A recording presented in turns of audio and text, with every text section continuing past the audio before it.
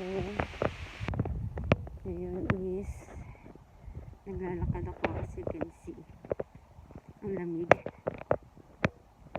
Bibilan ko ulit yung mga bata ng Okashi dahil andyan ang dalawang maliit, hindi pumasok sa school. So, bibilan ko sila ng ng Okashi dahil nagmumurkulyo na naman sila.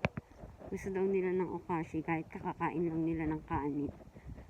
Dapat talaga, aalis ako ngayon. Bibili ako ng mga noodles, ganyan, sana. Kaso, wala kasing titingin sa kanila. Ayoko naman silang iwan sa bahay.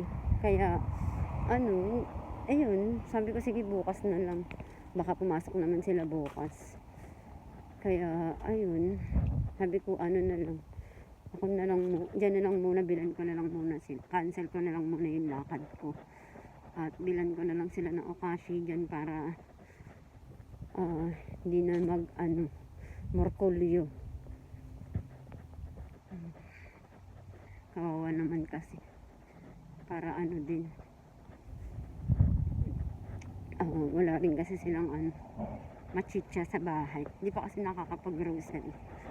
Kaya sabi ko, bibili na lang muna ako dito. Malapit lang naman yung convenience store dito sa amin. So, bilan ko na lang yung mga bata. Tingnan nyo guys, andito na naman tayo. Grabe, ang lamig kaya.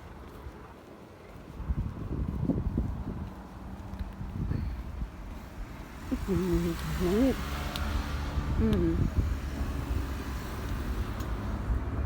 Ayun lang naman yung Lawson, malapit lang Grabe, sobrang lamig na. Tingnan niyo yung sobrang lamig, hindi ko hindi ko na kayang lumabas ng lang. Yung normal,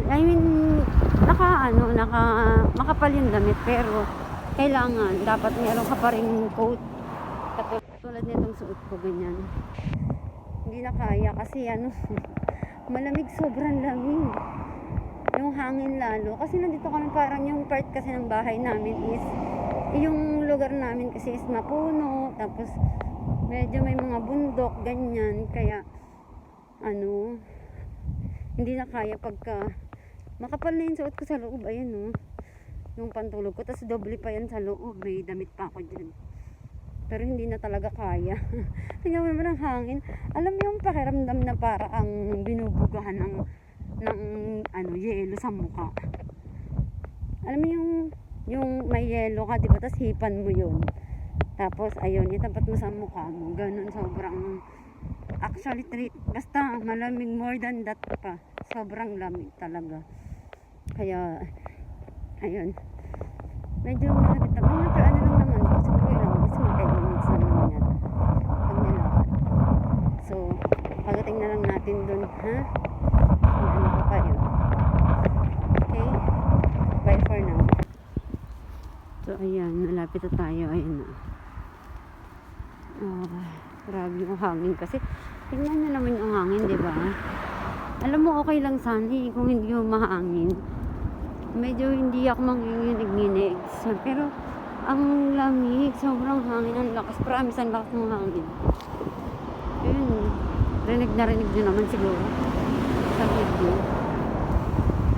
So, Okashi daw yung gusto ng dalawa.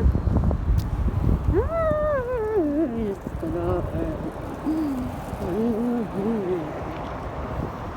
Pinalitan naman sa Okashi.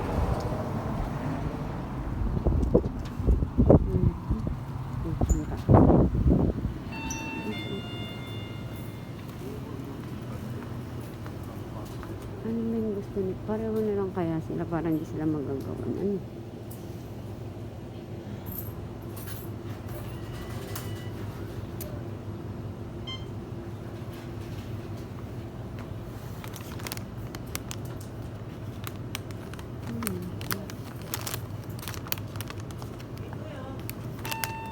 Ito na lang.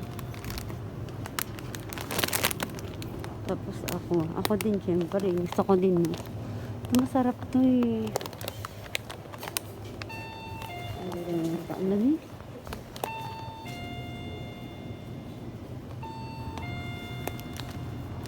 mamahal dito talaga. Diyos ko.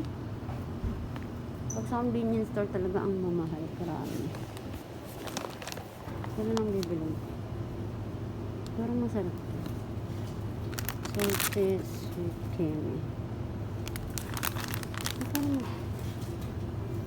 Parang masarap dito. Saan nga kaya?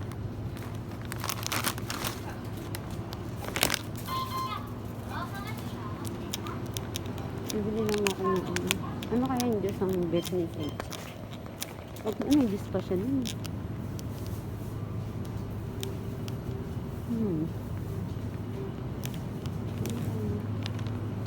Ay, wait lang. Ano nga yung sabi ko kaya ako nandito sa convenience store? Sabi ko may bibili na ako. Ay, hindi naman siya masarap. Akin to. Hindi masarap din ito. Ay, meron pa ako dun.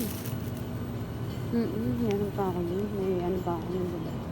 Ito na lang siguro. Tsaka lemon. Lemon tea na lang. Ilang pito naman. Ito to. Ito yung lemon tea na lang. Ito, naman ng lemon tea din. Yawa.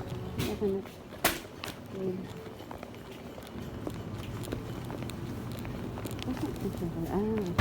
Sorry. Ano naman kaliit-liit, 184 netang yan. Mahal. Magkano ito dito? Hindi na. Ito na lang ako na.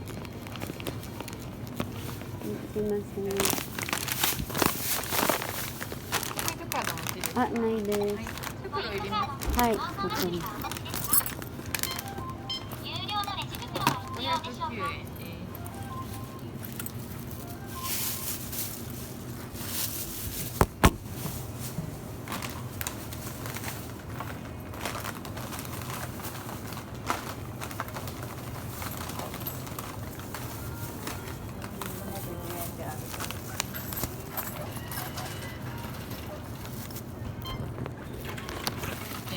ありがとうございます。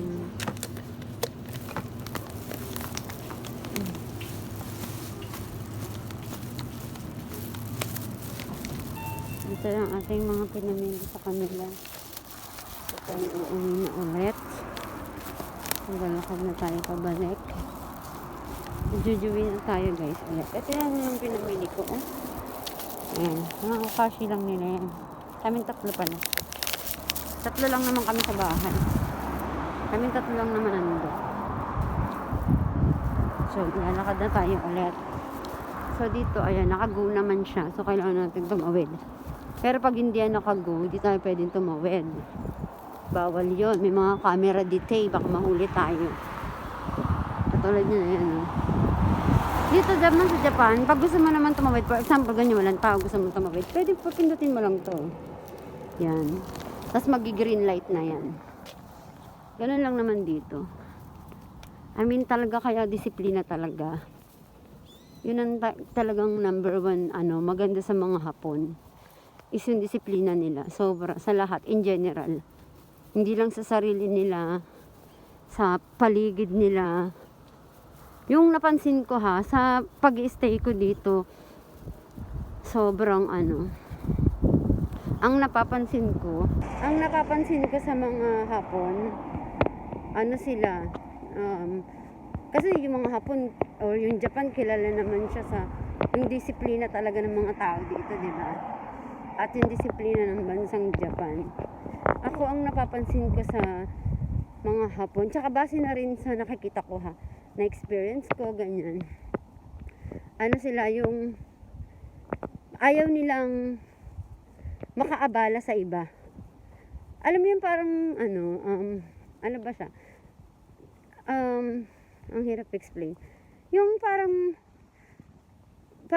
sa lahat ng gagawin nila o sa ginagawa nila, parang dapat walang maaabalang ibang tao. Or maaabalang oras or maaabalang gagawin. Parang ganoon. For example, dito sa kalsada na lang, for example, sa kalsada, Pag ang sasakyan is papunta pa diretsong pa ganun, for example, ang bike or ang naglalakad is dapat doon din sila sa way na yun maglalakad. So kung halimbawa kung kung ang pupuntahan mo is sa kabilang side, sa kanan, tapos kanan yung pupuntahan mo, mga sasakyan pa kanan din, parang ganun. Doon ka kung saan yung side ng sasakyan, doon ka rin maglalakad. Ganun yun kasi para hindi ka makaistorbo doon sa mga naglalakad na iba. Parang feeling ko ganun yun. Kumbaga parang hindi kayo salasabit, hindi katulad sa Pilipinas, 'di ba? Yung papunta sa doon, papunta doon. Yung pabalik, doon pa rin naglalakad, pabalik, ganun.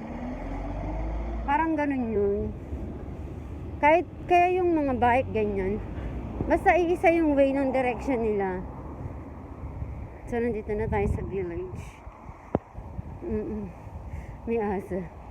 Ang cute! Yan, sige. Nalampasan ako. So, nandito na tayo sa village. Nakad na tayo. Ay, sobra.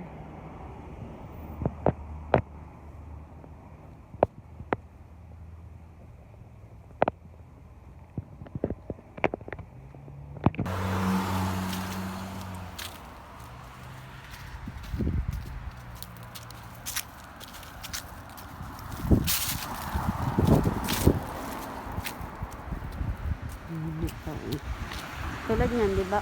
Nandun yung sasakyan. Pero dito ako naglalakad sa kabilang side. Kahit pwede naman akong tumawid doon. Kasi, andito yung side ng bahay namin, di ba? Hindi. Kasi pag ganito yung sasakyan, kaya dapat pag ganun din ako. So, ganun. Yun yung parang fastest explanation for that. Basta opinion ko lang naman yun, ha. Base lang yun sa mga na-obserbahan ko. Lang din sa aking observation. Kaya sa totoo lang, kaya alam mo dito sa Japan, basta masipag ka lang, unlad ka naman eh. Sa totoo lang. Kasi okay naman yung nila dito. Yun nga lang, sometimes toxic yung work ethics nila dito. Pero siguro kung lahat naman ng trabaho ganun, kung marunong ka lang makisama, tsaka mahal mo yung trabaho mo, siguro naman, diba? At the end of the day, na-enjoy mo pa rin yun. Hindi mo mararamdaman toxic yun. So, andito na tayo, guys. Ito na tayo. Ayan na tayo. Nakarating na tayo. Ay, wait lang. Ang susi.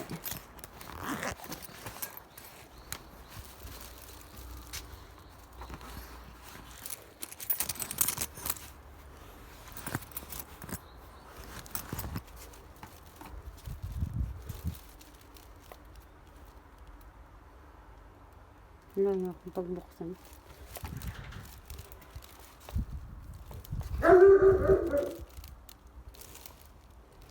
Wala, ayoko pagbuksan ni Puchi. Hindi ako pinabuksan.